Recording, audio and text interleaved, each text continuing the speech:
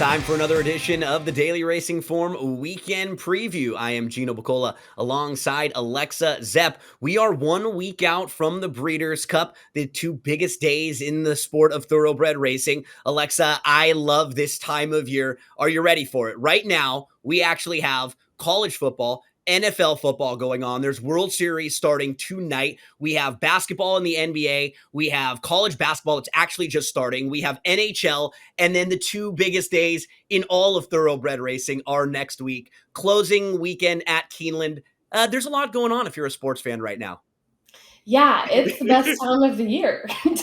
That's simply the only way to put it. I can't wait for everything, especially Breeders' Cup next week. We'll both be out there, so it's going to be really fun. But we still have 1 weekend left at Keeneland. I can't believe it's closing weekend. Where is time gone? But they still have a couple great graded stakes races that we're going to dive into for y'all. Yeah, so our show today, in segment number 1 right now, we're going to go through race 8 on Saturday at Keeneland. We'll go horse by horse. Then we'll take a look at the Keeneland pick 5 for Saturday on closing day. And then our final segment, we'll take a little look ahead at 3 of the biggest Breeders' Cup races for next week with the Classic, the Distaff, and the Turf. But right now, we have to make some money, Alexa. We have to pad the bankroll for next week. So we've got tons of ammo, and we'll get started in the Fayette. Let's go horse by horse in here with the number 1 Trademark, who has had some success at Keeneland before, but has just been not in the best of form right now. I just need to see more before I want to use this one. Yeah, he looked like he peaked in his 4-year-old year, and now his 5-year-old year has just been declining. He had an incredible career. I mean, won over $1 million, but to me, it just looks like he's kind of in need of a class relief at this point. So I'm not sure if this is the right spot for him. The number 2 is a major player in here. This is a horse named Tumba Rumba, who is a fighter. You can look at his past performances. He runs second a lot of the times, but even when he does, he fights you. He doesn't want to back down. And in this race, Alexa, as the Timeform US pace projector shows us, there is not a lot of early speed. He might be right on the front end in here and tough to catch. I like Tumba Rumba a lot, his name and what he does. You know, he's so consistent. He's hit the board 13 out of 16 lifetime starts. Gotten first or second in every start this year. 4 of those were graded stakes races. So he has been facing similarly difficult competition.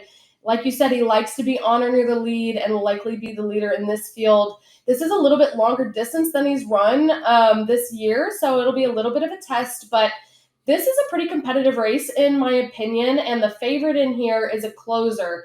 And anytime the favorite is a closer in a full and competitive field, I like to see if I can beat them with a little bit better of a price because they're, going to potentially face traffic and other issues. So it makes them vulnerable really like with their running style in a big field where there could be a lot of different variables happening. Let's move to the next one, Uno Mas Bourbon. When we're hanging out with producers Mike and Rich next week, this is what I'm going to be saying, Uno Mas Bourbon for me. Now, I'm not sure if Uno Mas Bourbon fits in this particular spot, though. Coming off that Super Derby win, will need to step up and show a little bit better here. Yeah, he's never gone up against graded stakes company. I'm excited for him for this race, for experience and learning, because I think he has a bright future, but I think he'll just gain a lot of experience here, but I don't like him to win.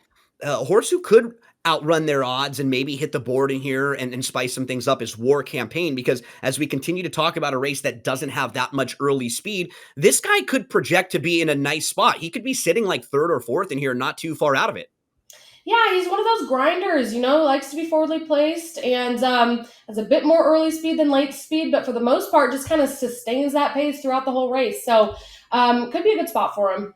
One of the longer shots in here is Bolsey, who comes off of a disappointing effort in back-to-back graded stakes races. So another one who probably will just need to step up and run better than we've seen from him. Yeah, he ran against a few of these same foes in the Grade 2 Lucas Classic at Churchill in September and didn't perform well that day, which could have been the slop or the fact that he was coming off 7 months of rest. But even with all of that, his absolute best ever that we've seen is just not quite good enough. Rattle and Roll, I think, is one of the strong closers in this race. He's going to be sitting way back. He's going to be launching, but because of that running style, he'll probably need a little bit of help up front, Alexa, right? He needs them to go really fast and set it up for him to come running late. So while I do respect his ability, and with if everything were to shape up from him, he certainly could jump up and win this race. I just don't know if this race is going to shape up for him. So I use him more of like an under horse in here. Yeah, I like him. We had he ran on the Lucas Classic last out, and then his last out prior to that was the Lucas Classic last year. So he had an entire year off. And so I think he's likely to improve off of this start after that long break. And he's a little bit of a closer in the race. And I know there's not a ton of pace, but I still like him in here. Yeah, I think just one of the stronger horses that will be moving late. And as you pointed out, second start back off that long layoff. He should take a nice step forward. Heroic Move is the next one. And this is a graded stakes winner who's coming off of a runner-up effort, was behind Hit Show, though. So we'll have to turn the tables on the major rival in this race, Hit Show, who will probably go off favored.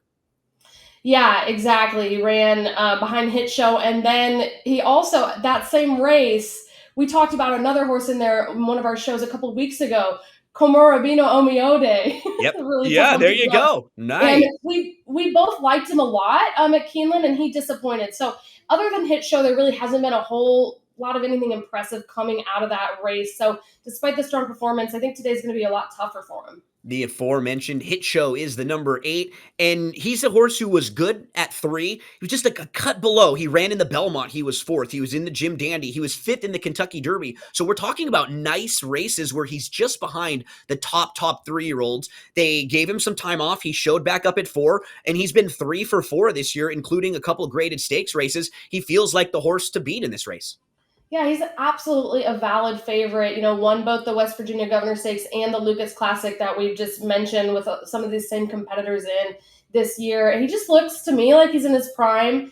Always a major player. Now, again, a closer. So he's going to be tough. I'm going to try to beat him, but he'll be a factor. And one horse who I think is interesting at a bit of a price is the number 9 Grand Aspen. I was trying to sell you on this horse a little bit when we were talking yesterday, mainly because I respect Hit Show a lot. I respect Tumbarumba, but the rest of the field I think is kind of unproven, or they're kind of in and out of form. They're not really all that consistent. And in this race where there's not that much early speed, I think Grand Aspen might be able to just sit in a good spot and go on with it and maybe have a nice share of this race. So I'll throw him in, Alexa, a bit of a price in here. Yeah, you tried to convince me. I took another look at him. He's had one race in his career. That makes me think, okay, if he did that again, he could belong. And he has a really fast workout coming into this race. But other than that, I don't know if I can get on board with you, Gino. So there's a big price here that I'll be using. Let's round out the field, Alexa, with Howling Time here. Howling Time comes in off a 3rd place effort, was behind War Campaign, though. So we'll at least need to improve on that rival in here. Yeah, he's a nice horse. They bought him for $65,000. He's won over $400,000, an absolute success story. But I am afraid he'll be outmatched in this field. He just really simply hasn't run fast enough so far in his career to be a real threat. Let's take a look at selections. Alexa, I'm going to go with the 9 on top just based on value. I went 9, 8, 2, 6, and you're going to go with the speed of Tumbarumba. Yep, I'm also going to play a little bit more of a price on top, try to beat this favorite with Tumbarumba, but as you can see, we both do have the favorite Hit Show in the top 2. Well, just a week out from the Breeders' Cup, next week we are going to have a big show here, but for all the folks who want to check out these Timeform US pace projectors and the Timeform US graphics, where can they do so, Alexa? Yeah, you guys can try them out for free. We have a great offer for you. Just head on over to drf.com/sportsgrid and use code SGTF24 to get a free card. And it might be fun to take a look at a card this weekend, get familiar with it. That way, next week, when you're using these tools for the Breeders' Cup, you'll know exactly what you're looking at. We are going to have a Breeders' Cup handicapping special, an extravaganza. It's going to be crazy. We're going to look at all 14 Breeders' Cup races over 3 hours, Alexa. It's going to be you. It's going to be me. It's going to be our friend Roberto from DRF and Espanol. We're going to have guests from all sorts of different racing outfits. We're going to have Will Gordon from Total Performance Data, Bailey Armour from First Racing, and Dan Torgman from ABR. So race previews, pick fives, everything you need for Breeders' Cup next week. And can you let everybody know that's on Wednesday, right? Yep, Wednesday from 4 to 7 p.m. Eastern, live right here on SportsGrid. Let's take a quick break and we'll talk pick 5 when we return.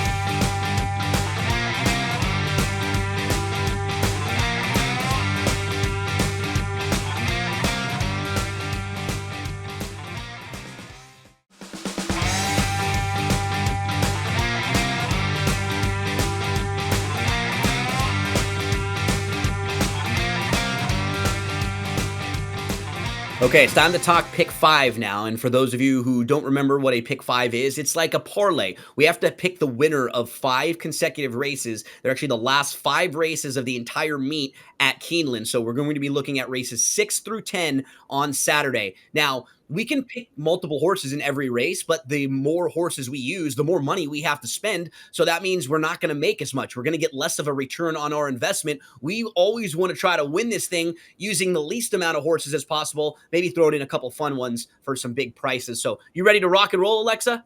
I'm ready. Let's do it. Let's get into race number 6 at Keeneland on Saturday. So this one is the Bowman Mill. Talk to us about how you like in this race.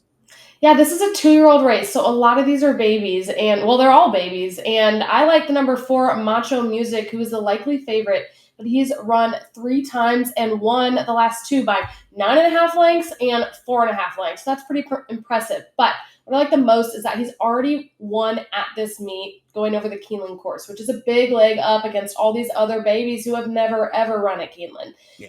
His running styles is go to the lead and not look back, and Timeform US projects right there. That's exactly what he's going to do. Macho Music. Ooh, yeah. Going to be right on the front end. Politically Correct, I think, is a horse who has some versatility, who can sit just off. So if there is a little bit of early pace pressure, Politically Correct, who has some back class, probably could get the jump on maybe a horse like Mitty's Gritty or some of the deeper closers in here. So we'll use the speed of the 4. We'll use the 5, Politically Correct, who's also faced some really tough foes. As we move into race number 7, it's the second leg of the sequence. Alexa, talk to us about the horse who you like in here. That's the number 2. Yep, number 2, Mrs. Astor, morning line 8-1 odds or plus 800. This race has a lot of pace in it, and she has the best closing speed. So what I'm really hoping for is a pace meltdown for her to run at. She went off at odds of 52-1 last out in a big step up in a grade 3 race at Keeneland just this past Sunday, and she definitely outperformed those odds, losing by only 3 lengths. So her trainer, Jonathan Thomas, is bringing her back on super short rest. But he's proven successful doing this before, so he must think she's just really at her peak fitness in her form cycle right now, and that last week didn't take that much out of her to bring her right back. I like the 4 a little bit in this race. That is Belle of Rights. It's going to make her second start back off of a short break for a barn that's a really patient barn. So generally they do well with horses like this who are coming back after making a few starts off layoffs. And I thought in her last race in the Virginia Oaks, she was facing pretty tough company. The top 4 finishers in there, they would all be pretty live contenders if they were in this race. So I think she's just getting much softer competition in here. She could sit a nice trip if they go too quick early. One of those horses who will be going quick early is Kehoe Beach, who you and I both liked and looks like the speed of the speed. So if anyone's going to take this field gate to wire, it's probably the number 11 in here, Kehoe Beach. So we'll end up going 3 deep in there with the 2, the 4, and the 11.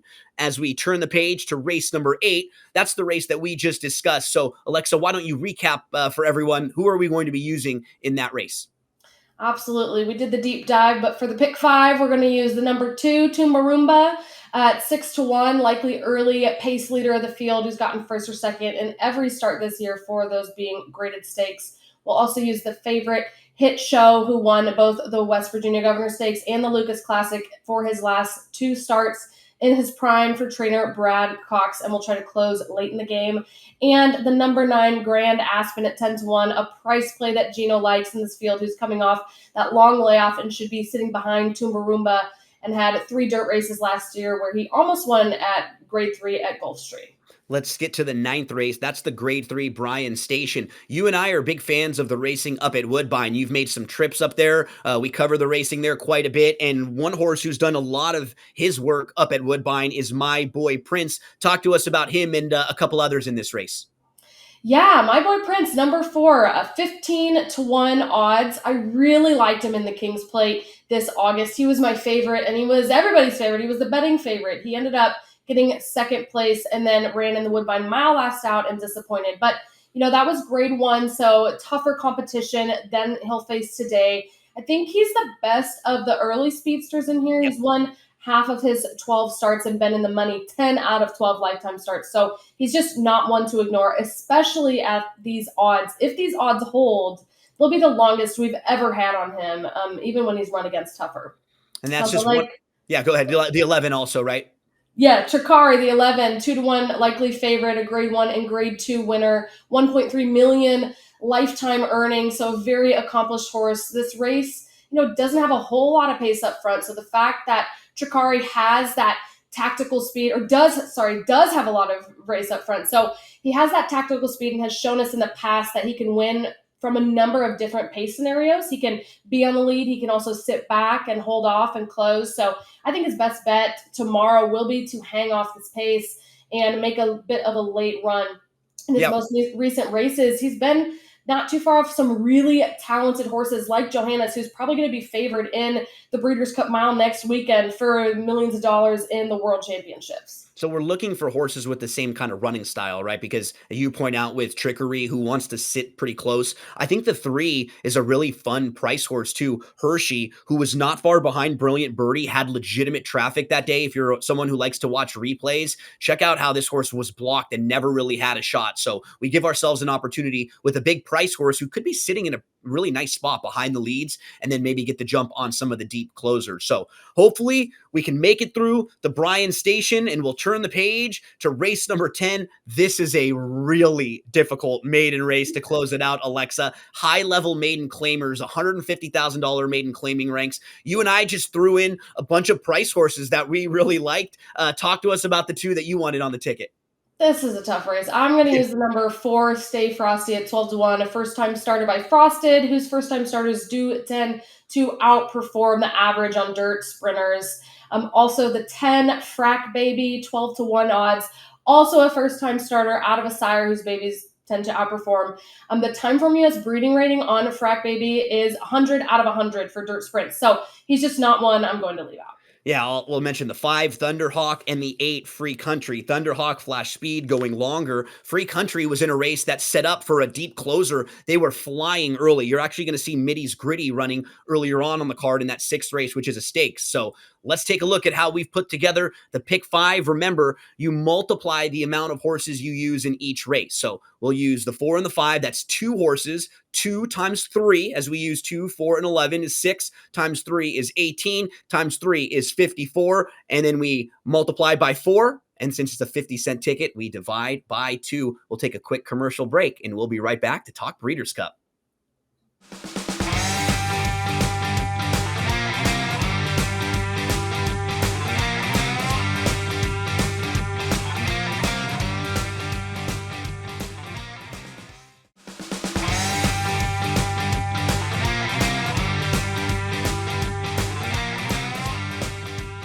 We are just 7 days out from the Breeders' Cup, 14 championship races over Friday and Saturday. So let's take a little peek in at some of the big races for next week. Alexa, 3 of the biggest races on Saturday are going to be the Breeders' Cup Distaff, the Breeders' Cup Turf, and the Breeders' Cup Classic. They're actually going to go as races 6, 7, and 8 because the schedule has been altered a little bit for television. We want to make sure that everybody can see the main events and the really big races on Saturday. So let's talk a little bit about the Breeders' Cup Distaff.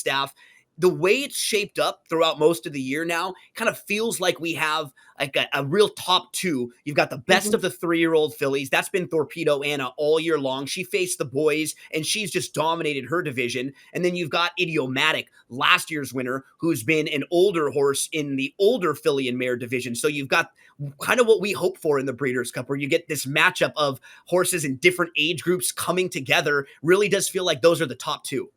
It really does. Idiomatic, such a player, like you said, won this last year.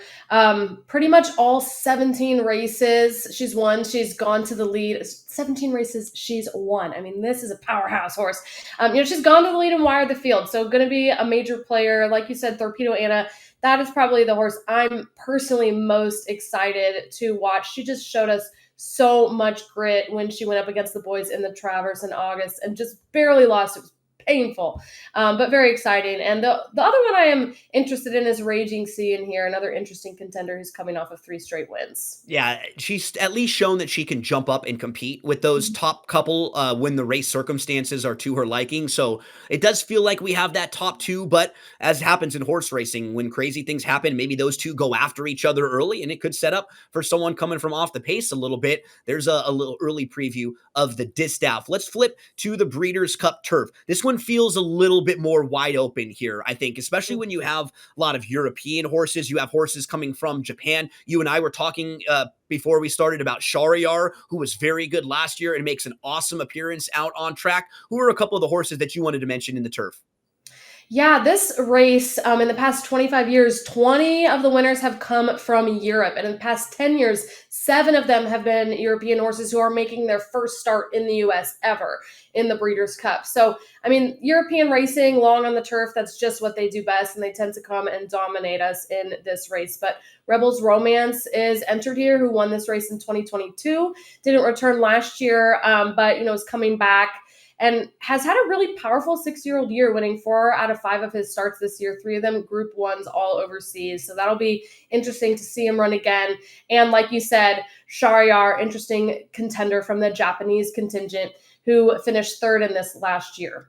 If you're looking at the US based horses, Far Bridge would probably be one of the best chances for the US runners. He's just gotten really, really good this year, and he has tactical speed, which is nice. He can kind of put himself pretty close in the race if he has to. So that one fits pretty well as you take a look at some of the top contenders for the Breeders' Cup turf. Now let's flip to the main event. The Classic is going to go as race number 8, and they made it like right in the middle of the wagering menu. So it'll be the end of a lot of the early big exotic wagers. It'll start some of the late exotic wagers. This is the one race you really want to be right about next week on Saturday. European horse who's very highly regarded is City of Troy. You have some nice Japanese runners like Forever Young, who we all saw in the Kentucky Derby. This is a strong group lining up for the Breeders' Cup Classic, Alexa. It really is. And just to paint the picture for y'all, I mean, this race awards $7 million. I mean, when we say it's the main event, it is the main event. And, of the 16 potential runners, there are only 4 who've already earned less than $1 million. None of them have earned less than 700,000. We have 2 horses in here who've won 12 and 16 million. So, I mean, these are the most accomplished of the accomplished.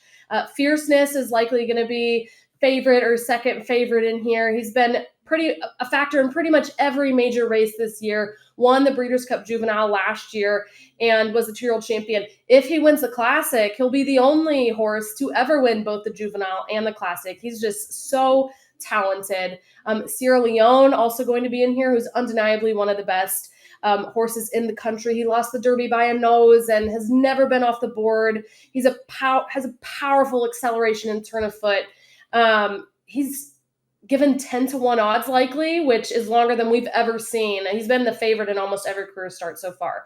Because it's such a competitive race, we get long odds on really good horses. The best of the best will be lining up in the Breeders' Cup Classic, and we're going to tell you all about the Breeders' Cup Classic, the Breeders' Cup Turf, the Breeders' Cup Distaff, and all 14 races on Friday and on Saturday. Alexa, we will have the Breeders' Cup handicapping special right here on SportsGrid Wednesday. It's going to be 4 to 7 p.m. Eastern Time. You, me, Roberto, we're going to have guests coming in and out. It's going to be a lot of fun. So if you're someone who's planning on playing the Breeders' Cup, you have to set your alarm for this show. We will get you all ready to rock. Absolutely. It's going to be a total blast. Make sure to tune in next Wednesday from 4 to 7 p.m. Thanks so much for hanging out with us again on the Daily Racing Form Weekend Preview.